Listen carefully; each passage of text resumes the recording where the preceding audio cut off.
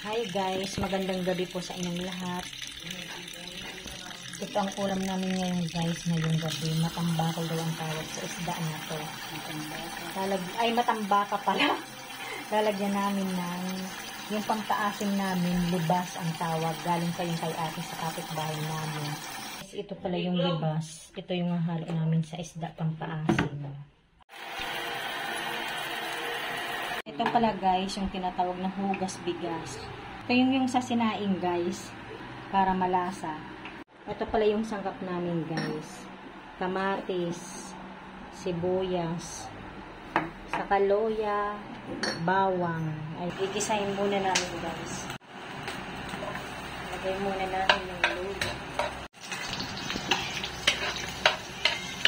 Ayan guys, nilagay na namin yung una luya. Sumunod bawang. Sibuyas, saka kamatis. Haluin nyo ba ni Ate Linda? Ang aming sinabawan na isda.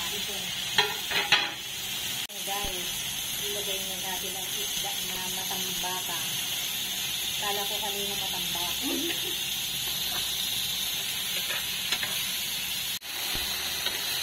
Tatanggalin namin ulit guys yung ano. Muna natin guys yung isda. Kasi baka maluto masyado yung maduro. Guys, yung hugas bigas pala yun yung isasabaw namin para malasa. Ayan guys, lagyan namin ng chili powder. Halu-haluin na naman natin ang ating sinabawan na matambaka. Lagay na natin yung paminta.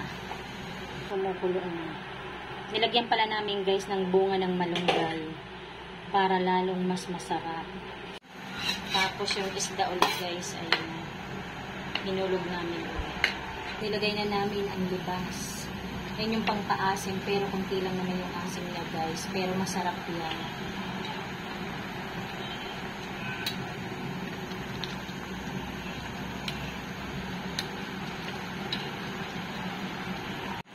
Thanks for watching guys. God bless.